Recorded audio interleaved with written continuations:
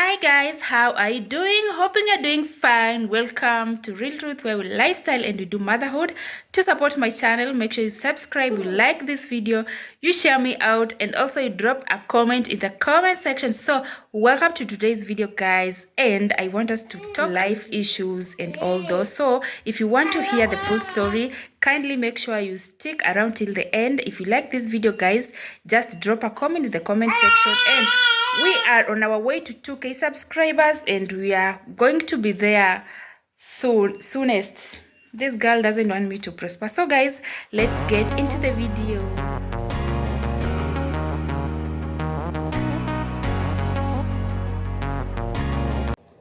So guys, just allow me to do this video with this girl because she has refused to sleep seriously. And yeah, so at some point life showed us dust. It was really bad.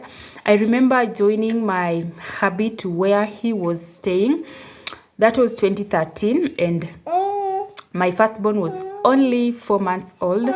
So guys, I remember I gave you our story. If you haven't watched that video, I'm going to pin the video in the link in the comment section so that you can check it out and hear our story.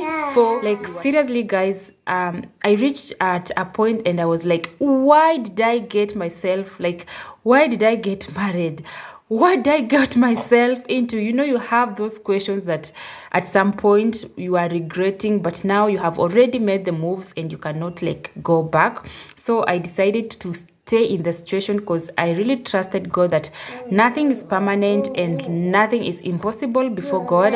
And the good side of it is we were, you know, for me, I was raised in a churchly family. Like my parents are churchy people, they go to church, as in my parents are saved.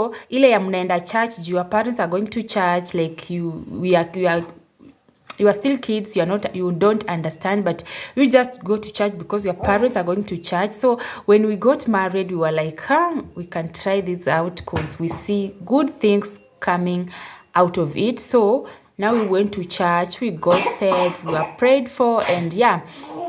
So at some point I was like, I serve God, like I pay tithe, I do this and this, and yet life is just showing me dust. Anyway guys, let me stop like going around. What happened is we decided loan from the bank, is it called credit, to get money from the bank to boost our business, because we were those people, like we are not on salary, we are not on pay slip, we are daily people. We get money daily. Today we have 10K, tomorrow we have nothing.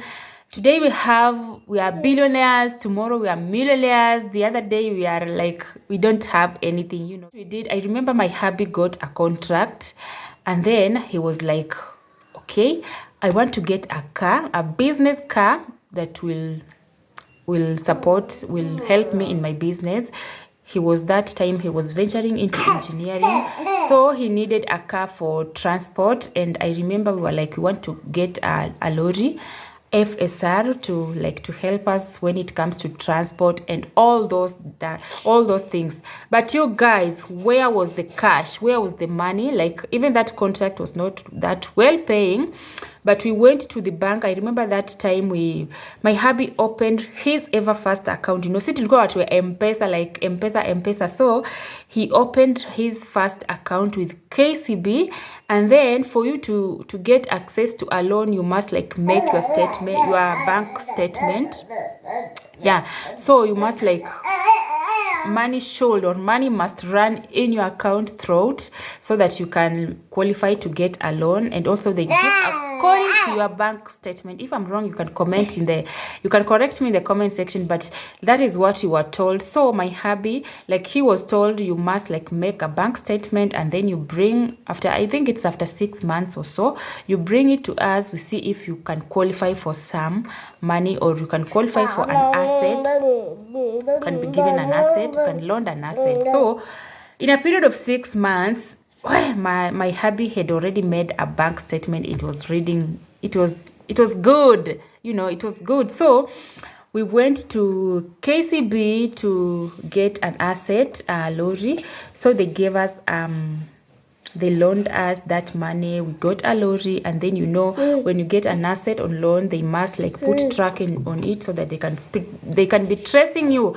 in case you fail to pay their monthly payments. So with that one, we were paying 46,000 Kenyan shillings monthly, guys. And you know, when it comes to Jua Kali, like today you have the money, tomorrow you don't have, this month you are rich, the next month you are like you don't have anything. And the worst side of the loan is, no matter what, you must pay their monthly payments. Like now for us, we used to pay 46,000 Kenyan shillings. I tell you, it was really bad. It was really bad. Like, you know, there's a time like hakuna job, kumekauka, no money, no anything, but hawataki kujua we ni mwezi ikifika a certain date, you must like deposit their money. So it was really bad. It was giving me stress. I was like, now why did we do this? Like, why did we do this? Why did we decide to do this? Like, we reached at some point and then we were like, we made a very wrong choice. But again, we said no, let's just, because we were trying to make ends meet. I remember we could even barely have money in the house. Sometimes a week can end na haujaona hata 50 bob, haujaona hata 100 bob. Like, it was really, really terrible.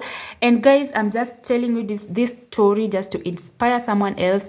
In life, you must start somewhere. Like, you don't just wake up and then you are a millionaire. You don't just wake up and then you are rich. You must start up somewhere. So I remember there's a time, and the people who really messed us were the drivers. I think we were employing the wrong drivers, because I remember there's a time in the morning hata hatujaamuka, and then we received a call from a driver, and then he was like, okay, imeharibika, like the car has spoiled. And then my hubby was like, what, how? I remember it was 6 a.m. very early in the morning.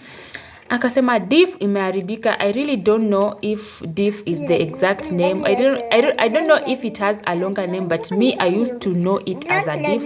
I don't know if it's a differentiator, a what, but I know it as a diff. So my hubby called stop making noise. My hubby called a mechanic, and then akamuuliza, akamwambia, then mechanic akamwambia, kwani mulilalisha gari kwa maji, like mulisimamisha gari kwa maji, cause that thing water can spoil it. And you know guys, that thing required 48, let me just say 50,000 Kenyan shillings to be repaired. And I remember that week, like gari ilikuwa imesimama for like few weeks, haijafanya job, so no money to pay the bank and no money to buy that diff to repair the car. It was so stressful. That is the time I just asked myself so many questions. And then I was like, since I decided to stand with my hubby, whatever what, I will just like vumilia, you know. Like, you're just there because you decided to, not that, you know, I don't know if you're understanding. So it was really bad. And that is when the auctioneers now started following us. The auctioneers are the baddest people. They're the baddest. Sorry to say that, but the auctioneers are the baddest. You guys, it was really, really terrible. So, si tukaanza kufuatwa na auctioneers. Like, you know, sasa hiyo time, even like having a full course meal was a problem. Like, saa zingine mnakaa kwa nyumba, wiki inaisha, hamuna hata pesa. Like, it was really bad. And I remember when we got that car, first of all, we went to church. It was prayed for. It was anointed.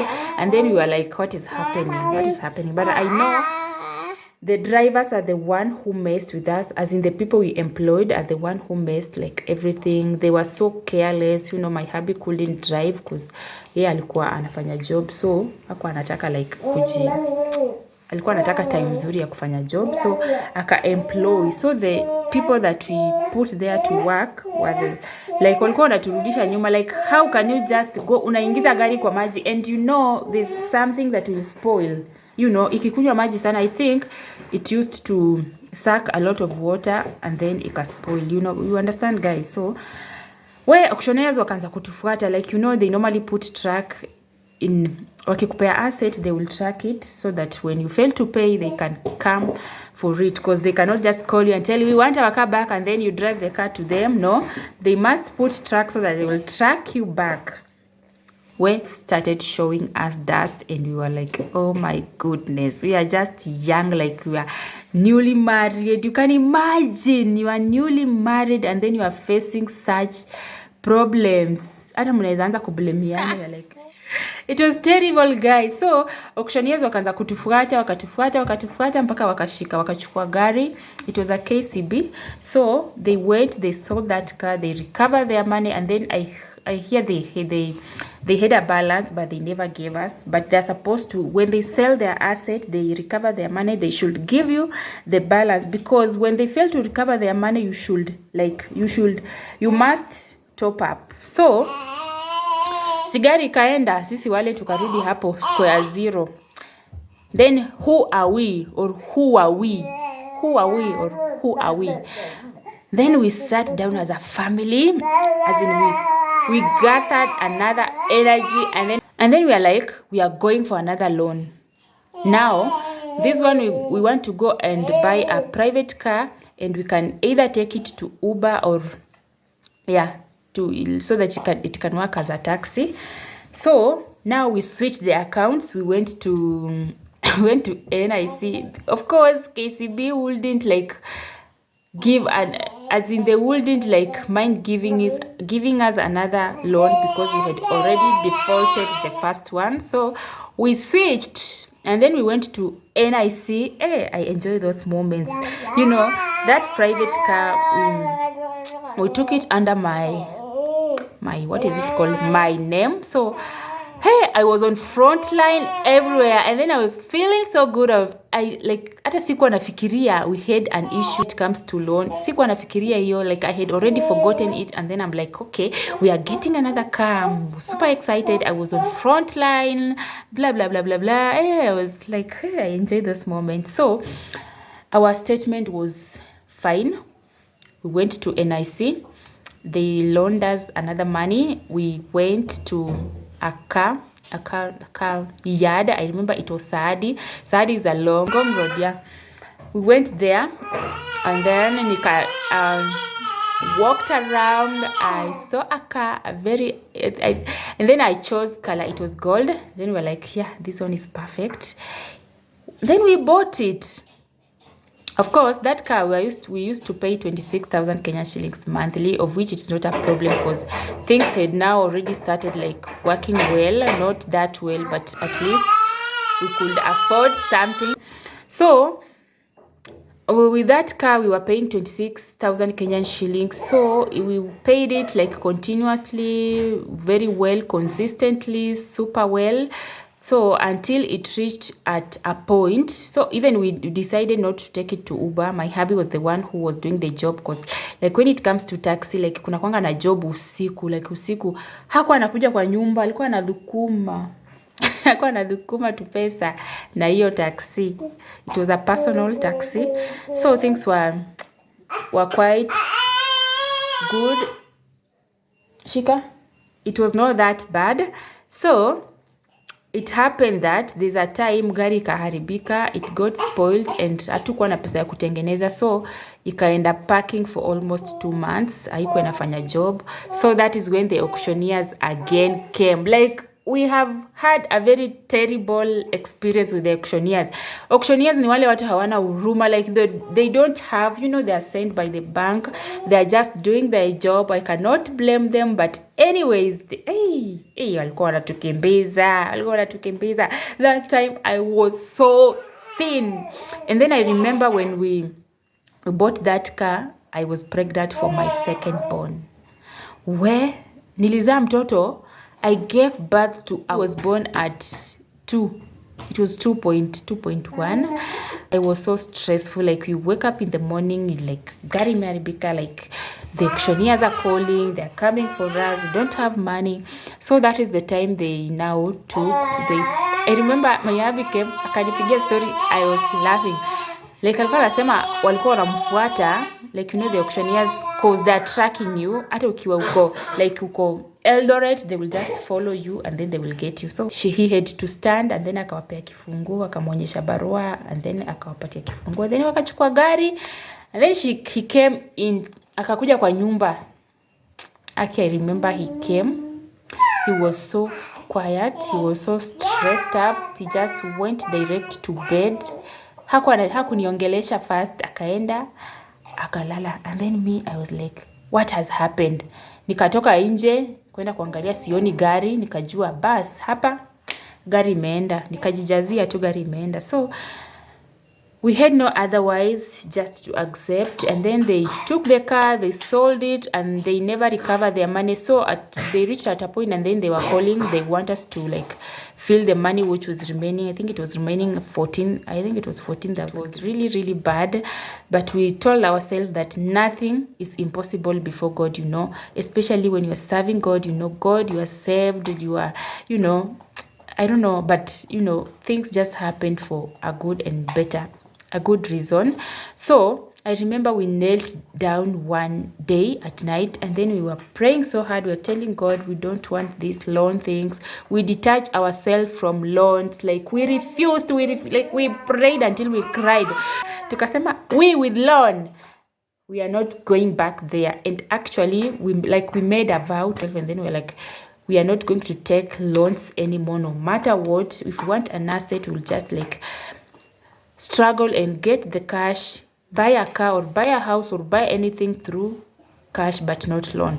So guys, as I finish up, I just want to chanua you, to tell you, don't take a loan to buy shoe, don't take a loan to buy house, especially the house that you just want to stay in. You will be coming there at night to sleep, and then in the morning, you like during the day unashinda kwa jua, unakuja kwa nyumba usiku kulala, and then you take a loan to build to construct a house. That is a no. Take a loan to buy shoes. Take a loan due to do what? Like when you want to when you take a loan, like consider what you want to do the loan with, like something that will pay for it back. Like you take a loan, you build a house, make sure that is a business house or rental houses that will give you the money to pay back, or buy a car, a business car, which will like help you to pay that loan back. Don't take a loan to buy your personal car to drive around, because how will you pay? Anyways, you can manage to pay, but always think about it when you want to take a loan. So guys, that is my story with the bank, with the auctioneers, and how I just like I almost left my marriage. I almost committed suicide, especially that time that I was pregnant. Like every day when I receive the bad news, you are pregnant, you are not even eating so well, you are so stressed, you are so depressed. You can imagine, guys, I've just told you that I gave my second born, when I gave birth to my second born, she was 2.1 kg. So guys, that is my story. So when you want to take a loan, when you want to take a loan, consider all those. Like take a loan carefully, take a loan like a person who knows what you are doing, so that you cannot encounter so many things in future. You can take a loan to build a rental house, take a loan to buy business car, or all those things that will pay the loan back. So guys, thank you so much for listening to my story, and I hope I've encouraged someone. Patience with it, work hard, pray, trust in God, and know that nothing is impossible before God, and nothing is permanent, guys. Okay, so thank you so much for watching till this video, till this far. Until my next video, and bye bye.